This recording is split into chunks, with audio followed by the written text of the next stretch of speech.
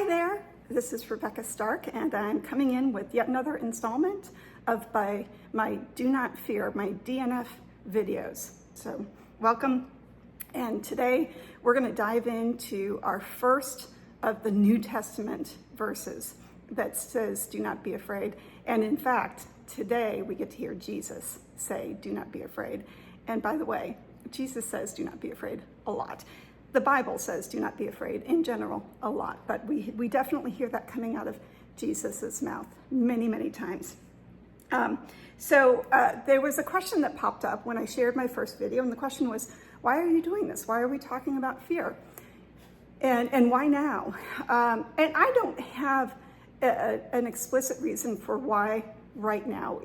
In where I am and what's going on in my life, it is May 20th, 2025, and I just decided, and I've had some conversations, I've had some thoughts about what it is I want to do and how I want to impact my world, and I've been encouraged to start making videos and sharing some videos.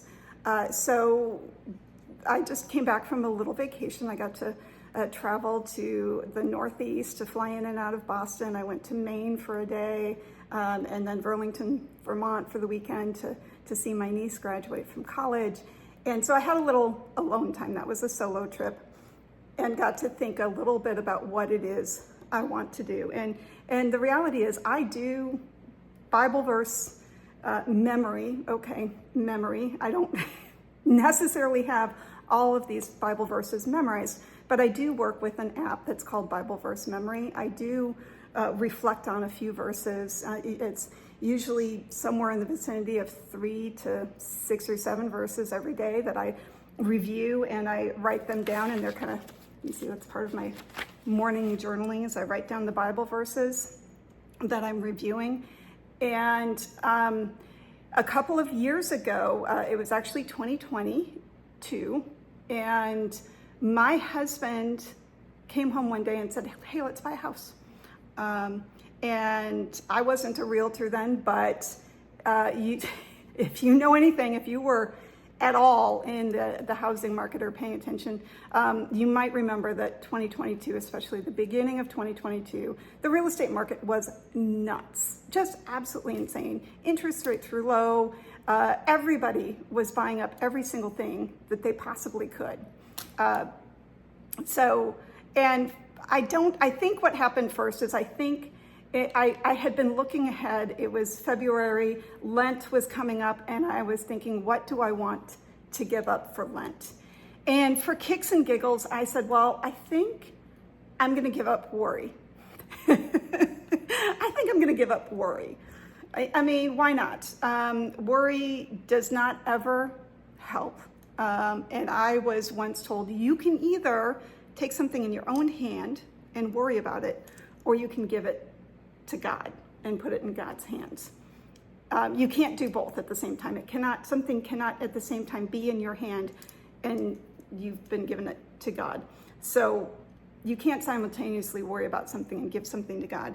So wherever possible, I'm not perfect, but wherever possible, I do try to not worry and leave it in God's hands and just say, I trust you.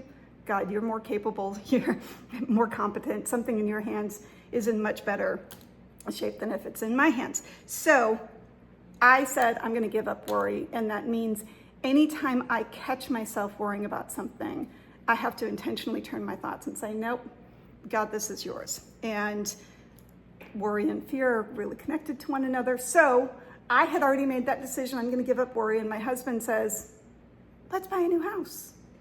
Why not?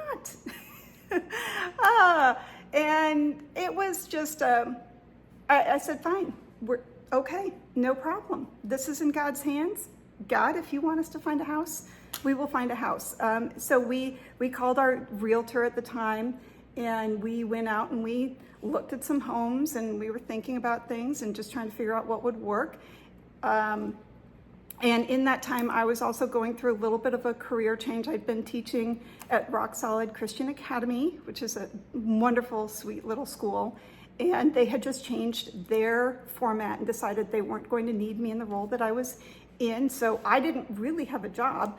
So we're out looking at houses, and I'm also trying to figure out what I'm going to do with my life. And my husband turns to me and says, well, maybe you should become a realtor. You know something about housing. And I do. I've been managing our rental since 2015. So I know a little something about the housing market. I'm intrigued by it. I like to learn a little bit more. So that was the decision to go ahead and get my real estate license. And because we decided I was going to get my real estate license, we decided to put pause on the housing search and wait until I had my license and I could represent us. And that ended up being a really good thing, because later in 2022, my husband's company asked us to move to Houston. And thank God we had not just bought a brand new house, because in 2023, we did pack everything up and we moved to the Houston area. So that's just a little bit of a background. One of the ways that I helped combat my fear, my worry, was to intentionally dive into the Bible and find verses related to fear. Okay, so there you go. There's the background. It's a long introduction to the verse that we're looking at today. But as I said, today is also the first Bible verse where we hear Jesus say, do not be afraid. And that's something that Jesus is going to say many times over. I'll even try and flag you and say, hey, this is the first time in the Bible that we see Jesus say, do not be afraid, but that's not this. So we're in the book of Luke. So if you remember, the New Testament begins with the Gospels, Matthew, Mark, Luke, and John. So Luke is the third. And in Luke, Jesus says, yes, even God knows how many hairs you have on your head. Isn't that something? Don't be afraid. There you go. Straight up. That's explicit. You are worth much more than many birds. So I didn't take the time to dive into the context of this, but Jesus is clearly just talking, and Jesus would do that. He'd wander around, he'd talk, he'd tell stories. God knows the number of hairs on your head. Wow. Do you know how many hairs you have on your head? Maybe you do. Maybe you've lost more hair than you like to admit. And maybe you do know how many hairs you have on your head. But I don't. And God's tracking that. And as I said before, God is everywhere. God is all over this beautiful earth he created. So he knows how many hairs are on your head. He knows how many hairs are on my head. He knows how many hairs are on the heads of my animals that I have floating around here. Every single person, he knows. He knows this. He knows you. And you are worth more. You are worth more than, in this case, many birds, but you're worth more. You're worth more than you think you are worth. And that's beautiful. And if you want a little more encouragement and support, sorry, again, I'm just kind of shooting off the hip, but I know there's a song out there, and it's called, they sing, you are worth more. You are worth more than you think you are. And it's a beautiful contemporary Christian song. So check that out, listen to it. But again, I just hope that bringing you into my world and bringing you into my own personal foray into the Bible verses about do not be afraid, I hope it provides comfort for you.